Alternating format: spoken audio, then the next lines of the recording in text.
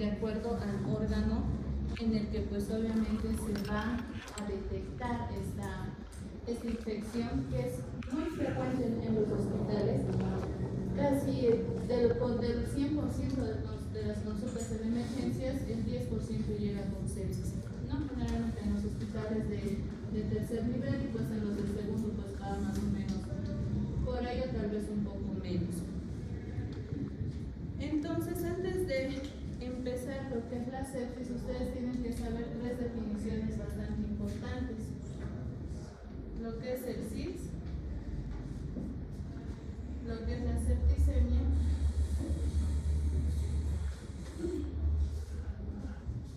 y lo que es el choque séptico.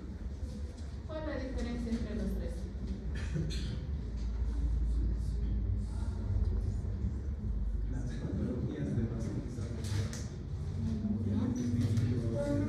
El SIM se utiliza parámetros.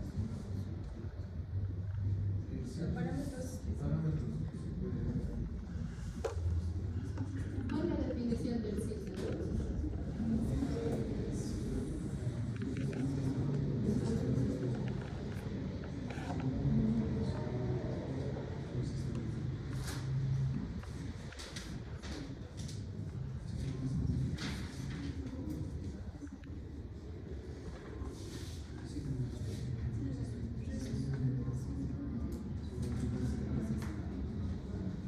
Ya, eso es lo que significa, pero ¿cómo se define?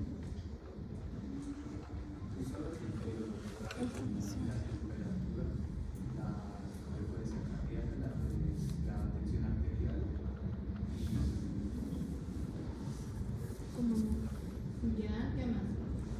¿Cuánto tiene que estar la temperatura? ¿Cuánto la presión? ¿Cuánto la frecuencia cardíaca? Todo lo que has mencionado.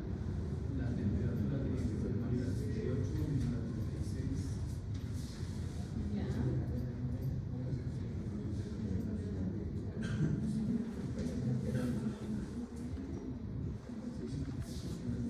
El CIR, doctora, sería una inflamación generalizada una inflamación Silencio. donde la frecuencia respiratoria tenía que estar mayor a 20, la frecuencia cardíaca mayor a 90, la fiebre mayor a 38 grados, con un hemograma con una leucocitosis de mayor a 11.000. Ya, muy bien. ¿Y la septicemia?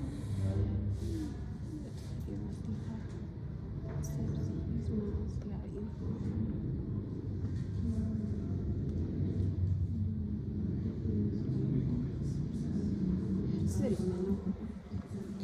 Si es menor, el hemograma sería más. Esto es también lo que han mencionado. Lo que ha mencionado su compañera está bastante bien. La temperatura mayor a 38 o la hipotermia menor a 36, la frecuencia cardíaca mayor a 90, la frecuencia respiratoria mayor a 20. Y van a completar algunas cositas más que les voy a dar más adelante. ¿Cómo lo definimos la septicemia? Ya. ¿Y el choque séptico?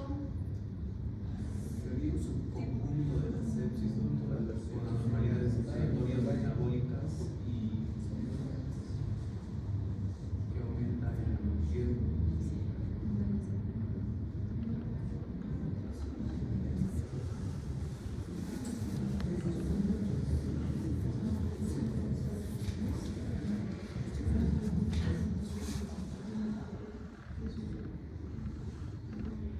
Son definiciones que si ustedes revisan el libro, pues prácticamente la definición empieza con estos tres. No nos da exactamente una definición de sepsis, porque en realidad la sepsis incluye estos tres, nada más que tiene cada uno sus diferentes definiciones, que pues obviamente los vamos a ver. La SIDS, como lo han mencionado, aquí sí hay algunas variantes, no es más que la fiebre, como les había mencionado, mayor a 38 grados centígrados, o yéndonos al otro extremo, lo que nos dice la hipotermia, menos de 36 grados centígrados. Ambos extremos nos indican que hay infección.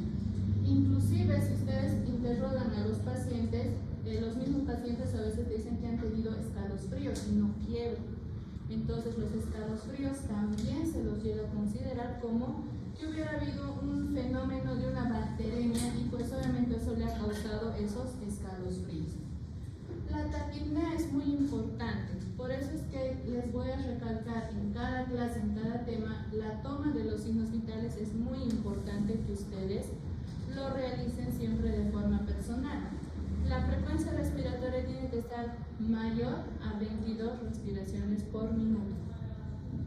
La frecuencia cardíaca mayor a 90 latidos por minuto. Y algo que es muy importante, lo que mencionaba su compañera también, es que en el hemograma, pues obviamente vamos a ver, lo que nos interesa son los glóbulos blancos, ¿no? Que va a haber una leucocitosis mayor a 12.000 o una leucopenia menor a 4.000. Esos criterios nos indican que hay una respuesta sistémica que está ocurriendo secundario a un proceso infeccioso.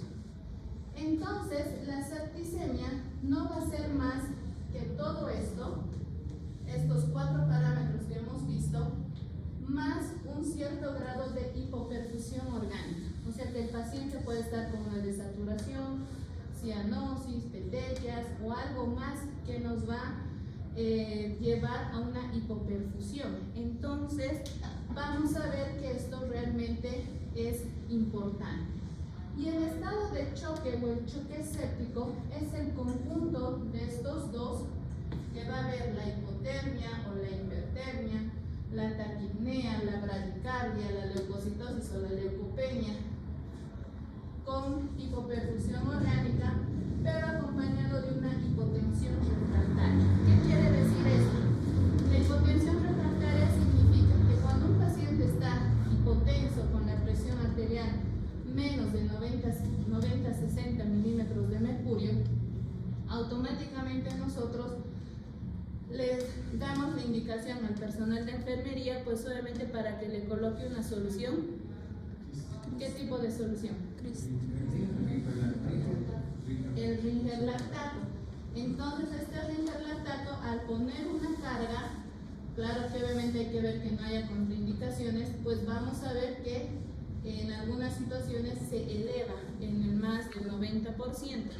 Pero hay un pequeño porcentaje que es justamente en este estado de choque séptico o en el estado de choque, generalmente estos pacientes no responden al volumen, ¿no? Entonces ahí, al no responder el volumen y al tener datos de que hay una respuesta sistémica que está habiendo en el organismo, pues obviamente esa hipotensión no va a mejorar por más de que le pasemos todo el volumen que nosotros querramos. Esa presión no va a mejorar. Entonces, a eso se refiere una hipotensión refractaria. Entonces, a eso, cuando vemos que el paciente ya está con fiebre, está taquipneico, taquicárdico, leucocitosis, y la presión no mejora, entonces estamos hablando de un estado de choque. Entonces, esa es la diferencia entre cada uno de estos subtítulos. Y pues obviamente son conceptos que ustedes tienen que manejar, porque lastimosamente en el hospital se maneja todo de esa forma. Si ustedes han escuchado, es como que habláramos en clave, ¿verdad? Decimos, no, el paciente está con CIRS, y nosotros decimos, ¿y qué es CIRS? ¿O qué es un estado de choque? ¿O qué es una septicemia? ¿Verdad? Entonces son definiciones que ustedes ya las tienen que ir memorizando, si ustedes quieren, o ir fijando en sus mentes, pues obviamente para que no estén ajenos a la conversación que se tiene. Vamos a ver que en la etiología muchas de estas infecciones sépticas los vamos a realizar a través de lo que son los cultivos, los hemocultivos, sobre todo, que son los que más preferencia nosotros vamos a dar. Y pues obviamente en estos hemocultivos o en los urocultivos también solamente el 20 al 40% nos van a diagnosticar una septicemia, y fíjense el porcentaje, el 40 al 70% va a ser un paciente que esté en choque séptico. Entonces, esto se debe a que pues obviamente nosotros no estamos haciendo un diagnóstico adecuado o no estamos haciendo el manejo adecuado en estos pacientes que están teniendo estas complicaciones, si ustedes quieren, porque para llegar a un estado de choque séptico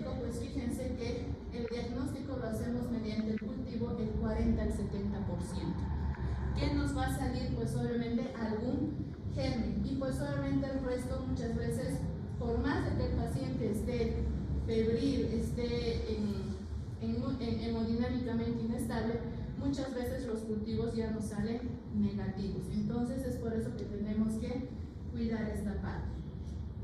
Estos pacientes que ya llegan en un estado séptico, pues como ustedes lo han ido mencionando, tiene diferentes etiologías, donde la mayor parte, vamos a decir que estos estados de sepsis llegan a ser del aparato respiratorio, y pues de estos el 62% viene a ser de los gram negativos, que es su principal agente etiológico, si ustedes quieren, o el más representativo, viene a ser lo que es la Escherichia coli. Un 47% vienen a ser los gram positivos, como los Staphylococcus aureus, Streptococcus pneumoniae, y solamente el 19% por agentes micológicos que pues también nos van a causar este tipo de estado. Hablando un poquito de la epidemiología, pues bueno, lastimosamente nuestro libro es americano y pues la mayor parte de la incidencia en Estados Unidos de una septicemia grave y un choque séptico va cada vez en aumento, por lo que se dice que más o menos anualmente mayor a 750,000 personas se llegan a tener lo que es esta septicemia grave y pues obviamente llega a un estado de morbilidad bastante importante. Pero vamos a ver que mayor a 200,000 personas ocurre el desenlace pues que nadie quisiera, que es el fallecimiento, ¿no? Entonces estamos hablando de una enfermedad que si nosotros no vamos a saberla manejar, si bien la hemos diagnosticado pero no la sabemos manejar, pues obviamente la mortalidad va a incrementar. ¿En quiénes van a incrementar más? Pues obviamente en los niños y en los pacientes de la tercera edad, que van a ir incrementando. En los extremos de la vida pues siempre es un poco difícil el manejo, sobre todo ya que en ambos extremos se tiene que manejar casi todo por kilopeso que nosotros debemos indicar. Por eso es que la mortalidad incrementa, pero también en aquellos pacientes que tienen alguna patología de base, ya sea un paciente inmunodeprimido por el VIH, lo que son pacientes diabéticos, oncológicos, o algunos pacientes que son reumatológicos, que tienen una enfermedad inmunológica, inmunitaria, y pues obviamente esto sabemos que el sistema inmunológico lo deprime cada vez más, y al estar inmunodeprimido el paciente pues obviamente tiene todo el derecho de hacer una infección y posteriormente, si no se ha cuidado o no se ha tratado adecuadamente, pues fácilmente va a llegar a este estado. En cuanto a lo que es la fisiopatología, vamos a ver que es muy importante todo lo que va a acontecer, pero acá vamos a ver que la respuesta sistémica y locales vienen a ser, todo empieza con el hospedador. Este hospedador tiene que tener un receptor genético donde tiene que tener, sabemos que cada uno de nosotros en nuestro sistema inmunológico tenemos receptores de reconocimiento microbiano.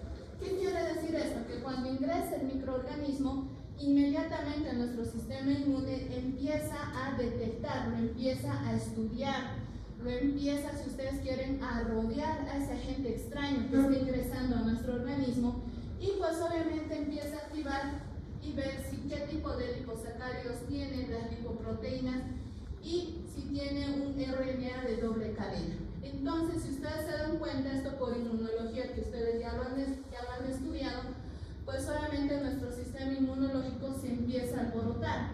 Y al detectar todo esto, nuestro sistema inmunológico empieza a liberar lo que son las citocinas, las interleucinas 1, las natural killer empiezan a salir. Y pues obviamente con todo este alboroto que van a causar las interleucinas, las citoquinas, empieza a incrementar el flujo sanguíneo y pues obviamente la migración de los neutrófilos al sitio donde va a estar afectado empieza a aumentar la permeabilidad vascular local. Entonces esto va a hacer que el paciente empiece a tener todos los cambios que hemos mencionado, como es la taquicardia, la taquipnea, el dolor, y pues obviamente todo eso se va a ir demostrando con las manifestaciones clínicas que el paciente vaya a desarrollar. Una vez que se ha liberado todo lo que son las interleuquinas y demás, muchos de estos mecanismos de control que vienen a ser locales y sistémicos van a disminuir lo que es la respuesta celular a través de lo que son las moléculas y pues obviamente lo va a incluir a una trombosis intravascular. O sea, ¿qué quiere decir esto? Que todo este alboroto que está haciendo no solamente va a liberar lo que son las interleucinas y demás, sino también que va a afectar a la cascada de coagulación, creyendo que el organismo lo está haciendo bastante bien y que necesita más protección, por lo cual empiezan a formar pequeños trombos. Y esto va a hacer que va a evitar la diseminación de la infección y la inflamación. Entonces, con esta formación de microcoágulos, que pues obviamente lo va a hacer el sistema, lo único que estamos haciendo es aumentar la vascularidad para que pues obviamente no llegue a seguirse diseminando. Pero como ya hemos entrado a la parte de la coagulación, pues vamos a ver que a nivel de los vasos sanguíneos va a haber una disfunción orgánica y choque. ¿Qué quiere decir? Que en los vasos sanguíneos se va a producir una lesión por el cual los microorganismos pues obviamente van a empezar a migrar a diferentes órganos, ya que este va a ser el principal mecanismo de diseminación, y ustedes saben que a través del torrente sanguíneo, con esta lesión que ha ocurrido, el microorganismo puede llegar a diferentes órganos del organismo, ya sea a nivel del corazón, de los pulmones, del riñón, del hígado, y pues obviamente esto le va a favorecer al microorganismo, pero también nos va a perjudicar. Cuando el paciente ya ingresa en un estado de choque, aparte de toda esta lesión tisular que está viendo, va a haber un incremento de lo que es el CO2 y pues obviamente también nos va a perjudicar, ya que va a disminuir esta resistencia vascular periférica. Entonces cada vez se va a poner, se complica fisiopatológicamente más para nosotros, pero en realidad a los que está beneficiando llega a ser a estos microorganismos que están causando la infección. En relación a lo que son las manifestaciones clínicas, pues bueno, no hay mucho que decir de las manifestaciones clínicas. ¿Por qué? Porque la sepsis, al igual que muchas enfermedades que vamos a ver más adelante, pues vamos a ver que la sepsis se va a prestar toda la signosintomatología de los diferentes aparatos. Por ejemplo, si es un paciente que está con tos, odinofagia, con estertores crepitantes, expectoración verduzca, mucopurulenta, acompañado de todo lo que es la fiebre, la apnea, taquicardia, pues obviamente el foco será un foco, ¿qué foco? Pulmonar o respiratorio, ¿verdad? O sea, todas las manifestaciones respiratorias se va a manifestar en esta sepsis, tal vez de foco pulmonar. Y pues obviamente hay algo que en todos los estados de sepsis, ya sea en el SIR, la septicemia y el choque séptico, algo que es muy importante y que los tres comparten es que, como ustedes han mencionado, hay que ver el estado neurológico, ¿verdad? Y en este estado neurológico generalmente los pacientes no llegan, la mayoría llega con un Glasgow de 13/15, pero hay una pequeña minoría donde estos pacientes pueden estar en un estado de somnolencia, pueden estar estuporosos o inclusive pueden llegar a un estado de coma. Entonces, el estado neurológico es muy importante que ustedes sepan cuál es la escala de coma de Glasgow. ¿Qué es lo que valora el Glasgow? Ocular, verbal. Ya, pero ¿qué parámetros valora el Glasgow? Verbal y motor. Ya, evalúa solamente esas tres cosas, ¿no? El verbal, el motor y el ocular. Cada uno de ellos tiene ciertos acápites donde están dando al verbal, cuánto al ocular y cuánto al motor. Entonces todo eso va a ser la parte neurológica que ustedes cuando vean a un paciente ingresar, vean lo que es el estado neurológico. Algo que también que muchos no revisamos viene a ser la parte de las extremidades.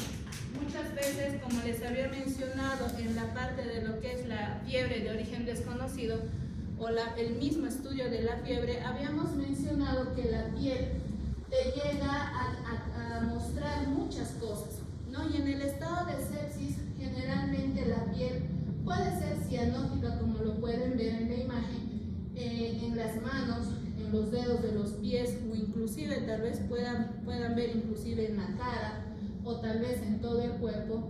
Pero también existe lo que es la piel marmórea, donde nosotros vamos a ver que es como que esa piel es como unas telarañas que se forman en la piel,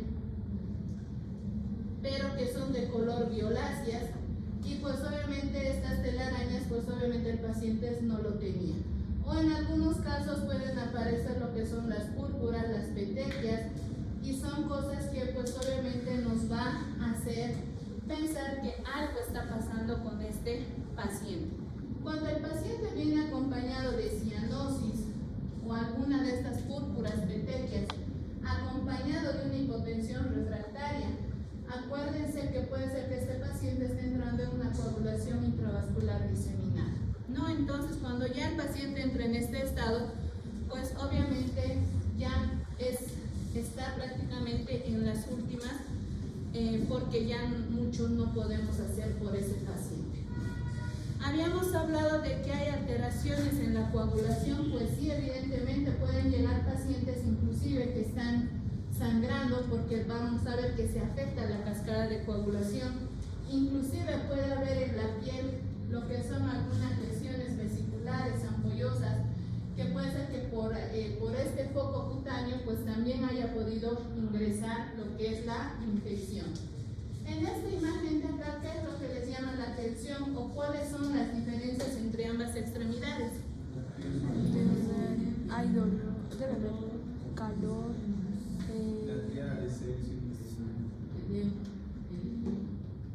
Ya va a haber un aumento de volumen, ya, ¿qué más? El color, ¿qué más? Dolor.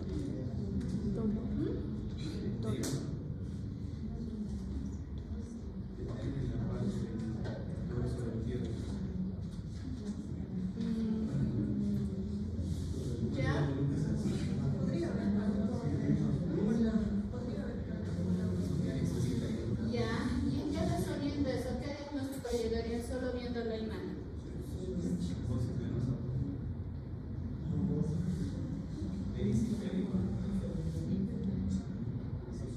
Así a simple vista una trombosis venosa diagnosticaría.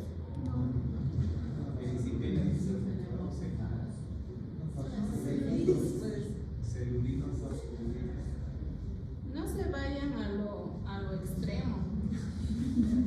Porque solamente aunque parezca chistoso, si ustedes le dicen al paciente que tiene una trombosis, ustedes no saben si les están grabando.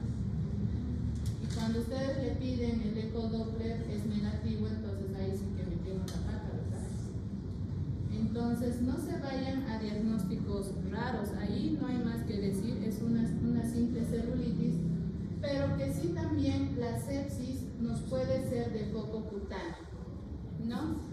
Entonces, algo que también llama la atención es que puede ser que este paciente acá tiene su gasita y pues obviamente la infección ha entrado por el pie, ¿no? Entonces, esto es como ustedes han mencionado, la tríada de Celsus, ¿no? Que actualmente es la tetrada de Celsus, se aumenta nada más la pérdida de la función de la extremidad. También puede ir acompañado de manera general por náuseas, vómitos, en algunos casos cuando ya hay compromiso hepático, lo que es la ictericia, que también ya nos indica que la infección puede estar a nivel hepático. Entonces, si ustedes se dan cuenta, la sepsis como tal, para que ustedes me digan sepsis, así manifestaciones clínicas, no hay. de los diferentes órganos. También existe una sepsis de foco urinario, donde el paciente va a referir disuria, polaquiuria, tenesmo, orinas fétidas. Entonces ahí ya nos orientará ya más su estado neurológico, más las alteraciones de los signos vitales, pues obviamente el paciente estará séptico, pero de la parte urinaria, ¿no? La parte neurológica, pues bueno, el estado de conciencia y demás, pensaremos en una meningitis, en una septicemia, en una sepsis de foco neurológico, el del foco cutáneo, respiratorio, cardíaco, pulmonar, gastrointestinal. Entonces todo sistema puede desencadenar una sepsis cuando se empieza por una infección mal controlada. En cuanto a la parte laboratorial, para que si bien la parte semiológica ya lo hemos determinado que hay una infección, ¿qué estudios laboratoriales ustedes van a solicitar a este paciente que ha llegado con sepsis pero que no saben cuál es el foco?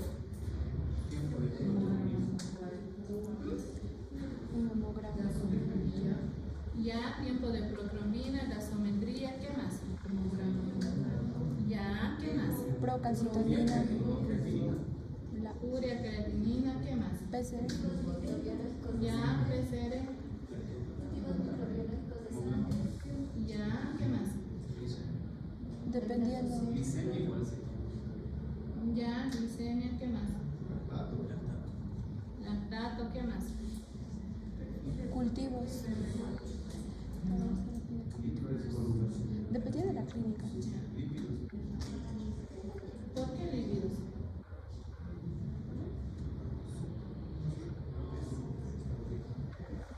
¿Por qué pedirías tú lípidos a un paciente con sepsis?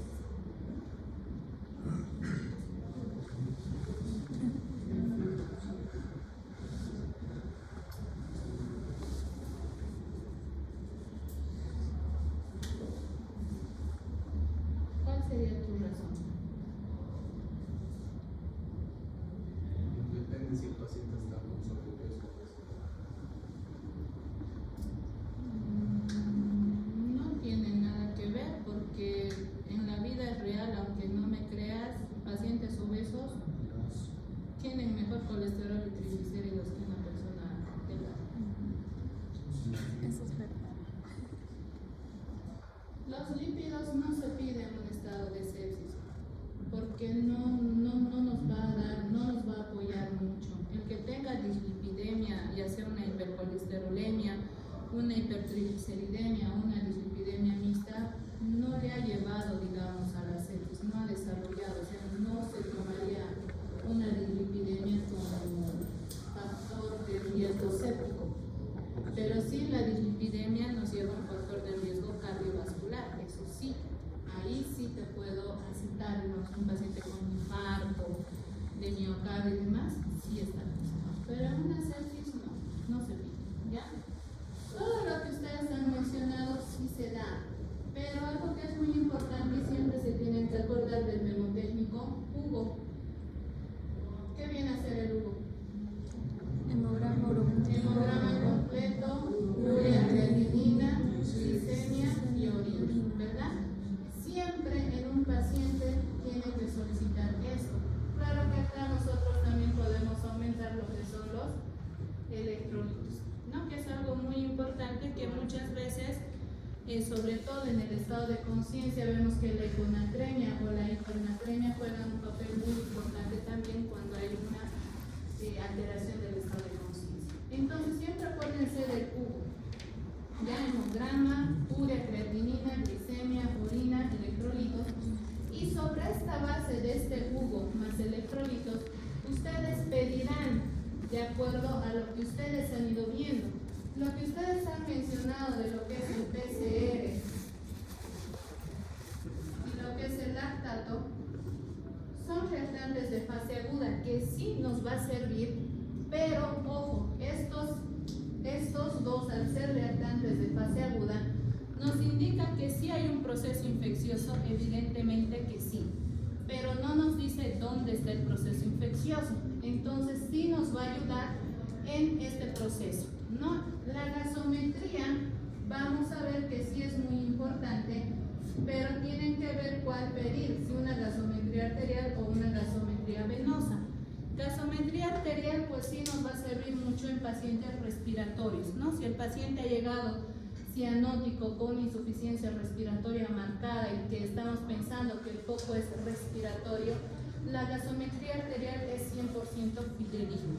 En cambio, la venosa nos va a servir para aquellos pacientes con cetoacidosis diabética, en pacientes hepatópatas, renales y todos los demás órganos que vamos a ver la alteración de los gases, de cómo va a estar su pH, el bicarbonato, el CO2 y el oxígeno, ¿no? Entonces también la gasometría nos va a orientar mucho. También mencionaron lo que son los cultivos. Es muy importante que ustedes pidan el hemocultivo, los urocultivos, y si hubiera, el paciente está expectorando, pues también pedir un cultivo del esputo, ¿no? Que es algo muy importante, que eso nos va a ayudar ante qué tipo de germen nosotros estamos pensando. Perfil hepático, ¿cuándo vamos a pedir? Cuando tal vez este paciente sea un paciente hepatópata que se está complicando, pues obviamente ahí pediremos el perfil hepático o estemos sospechando de alguna enfermedad, o puede ser una colangitis o un pio o su vesícula que esté llena de pus. Entonces el perfil hepático nos va a orientar solamente en casos que estemos sospechando.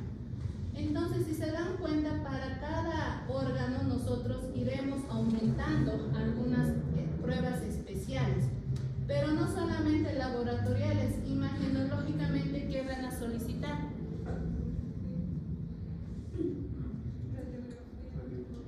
¿Ya? Entonces solicitaremos de acuerdo al órgano que va a estar afectado. Vale decir, podemos pedir desde una tomografía de cráneo, podemos pedir una radiografía de tórax, de abdomen, podemos pedir una ecografía abdominal, podríamos pedir una tomografía de abdomen, de resonancia magnética. Entonces, todo lo que nos pueda ayudar a descubrir cuál es el estado de este paciente y pues obviamente poder determinar el foco. El diagnóstico, pues obviamente lo vamos a hacer a través de la clínica, pero algo que es muy importante, que acá juega mucho, como les había mencionado en la parte de la etiología, los cultivos nos van a dar nuestro diagnóstico definitivo. ¿Por qué? Porque el cultivo nos va a decir ante qué tipo de germen nosotros estamos enfrentándonos. Puede ser una Acinetobacter, puede ser una Klebsiella, puede ser una Pseudomonas, una Escherichia coli, una Cándida, cualquier tipo de germen, pues obviamente con la clínica más identificando el germen, pues obviamente ya tenemos nuestro diagnóstico establecido. Muchos de ustedes han mencionado lo que es el Quiksilver. El Quiksilver es una escala muy importante que para emergencias, pues obviamente les va a servir de mucha utilidad, donde ustedes solamente tienen que acordarse de 4 criterios. Primero, y el más importante, tiene que haber un foco infeccioso, ¿ya? Segundo, al tomar ustedes la presión sistólica tiene que ser menor o igual a 100 milímetros de mercurio, la frecuencia respiratoria mayor a 22, la alteración del estado de conciencia menor a 13 puntos, y con estos 4 criterios, solamente con 2 de estos criterios más la infección, hacemos el diagnóstico de sepsis. ¿No? Entonces ustedes se dan cuenta, no necesitan más para poder diagnosticar una sepsis. En relación a lo que es el tratamiento, es algo muy importante.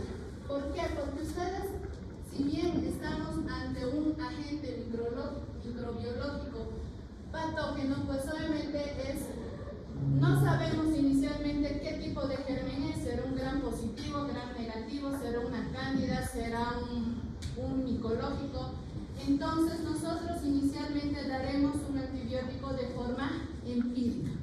¿Qué significa? Vamos a dar un antibiótico a ciegas, pero este antibiótico tiene que ser de amplio espectro, pensando que nos tiene que cubrir gram positivos, gram negativos y anaerobios. Como vamos a pasar grandes cantidades de volumen, generalmente calculamos lo que es la solución entre 15 a 20 ml por kilogramo de peso del paciente, necesitamos no solamente ver lo que ingresa, sino también lo que egresa. Entonces, para esto colocaremos al paciente una sonda Foley donde veremos cuánto de líquido ingresa y cuánto está egresando. Algo que es muy importante en estos pacientes sépticos también, siempre se les pone lo que es el catéter venoso central, porque tiene mayor acceso y también no solamente nos va a servir para poner líquidos, para administrar fármacos, sino también son pacientes que se van a quedar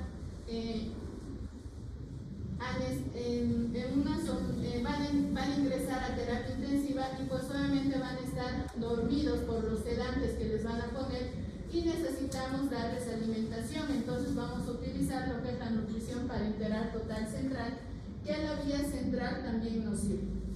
Ojo que cuando colocamos un catéter venoso central solamente puede estar 15 días, posteriormente hay que cambiar al día 16º, hay que cambiar. Si estaba en el derecho, pues tendremos que colocar en el izquierdo. La solución, pues habíamos mencionado el rigerlactato. El rigerlactato nos va a servir para dos cosas muy importantes. Uno, que nos va a elevar la presión, pero también el rigerlactato se ha demostrado también que sirve mucho para nefroprotección, ¿no? Entonces estamos haciendo nefroprotección, pero también estamos cuidando la parte cardíaca. Habían mencionado también en las presentaciones que han hecho lo que son medicamentos vasoactivos. Sobre todo el más utilizado viene a ser lo que es la noradrenalina. La noradrenalina la vamos a utilizar en aquellas hipotensiones refractarias que no han mejorado la presión y pues obviamente se hace el cálculo de acuerdo al peso del paciente y pues el cálculo es tipo dosis respuesta. ¿Qué quiere decir? Si con 10 microgamas el paciente mejora la presión, pues nos quedamos con las 10 gamas. Pero si el paciente, pese a que le hemos puesto las 10 gamas, sigue hipotenso y demás, podríamos aumentar 15 hasta 20 gamas hasta ver cuál es la respuesta de este paciente. Y pues obviamente una vez de encontrar la dosis adecuada, pues la mantendremos y después posteriormente tendremos que ir haciendo el descenso gradual. El uso del oxígeno es bastante importante, sobre todo en pacientes que están desaturando, pacientes respiratorios, y pues obviamente hay que ver que estos pacientes pues tengan una adecuada oxigenación. No es solamente ponerle a 15 libras el oxígeno, porque ustedes saben que en pacientes pulmonares podemos producir una hipercapnia y pues obviamente el paciente en vez de mejorar pues va a empeorar.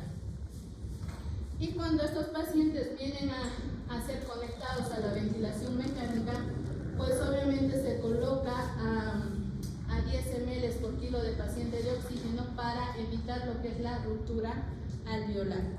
La transfusión sanguínea sí va a estar indicada en aquellos pacientes que va a tener una hemoglobina menos de 7 y pues obviamente un paquete de glóbulos rojos nos sube entre 1 a 1.5 gramos de hemoglobina. Entonces, de acuerdo a eso, calcularemos a cuántos paquetes pues obviamente vamos a llegar. Si el paciente está con un tiempo de protrombina prolongado, podríamos utilizar plasma fresco congelado, crioprecipitados, lo que son algunas drogas como el ácido tranexámico para poder cohibir el sangrado. La parte de los corticoides es muy importante porque sí nos va a ayudar con la parte inflamatoria, con todo ese proceso inflamatorio que el paciente va a llevar, pero es muy importante si este paciente ha tenido una sepsis de foco abdominal y ha tenido que ser sometido a una cirugía, pues obviamente los corticoides está en uso controvertido en la parte quirúrgica porque le puede perjudicar al paciente, porque la adherencia de la sutura es muy importante, porque ahí los corticoides no le favorecen al cirujano, ¿ya? Algo para el pronóstico, pues bueno, vamos a ver que generalmente en terapia intensiva utilizan lo que es el Apache 2. Si ustedes se dan cuenta, miden más de 15 parámetros, dentro de los cuales están los signos vitales, la gasometría, el lactato, la urea, creatinina, y de acuerdo a este score, pues ellos pueden pronosticar si el pronóstico es malo o es regular, y pues de acuerdo a eso, pues ellos emiten un pronóstico de ese paciente séptico. ¿Tienen alguna duda, pregunta hasta ahí, algo que no hayan entendido, que no haya estado claro? ¿No? ¿Todo claro? Ok. Entonces, para la siguiente clase vamos a ver un tema que ustedes ya lo han visto, ya lo conocen, solamente vamos a hacer un pequeño recordatorio, que es el tema de antimicrobianos. Ya lo han visto sumamente a detalle en farmacología, así que repasen lo que son antimicrobianos.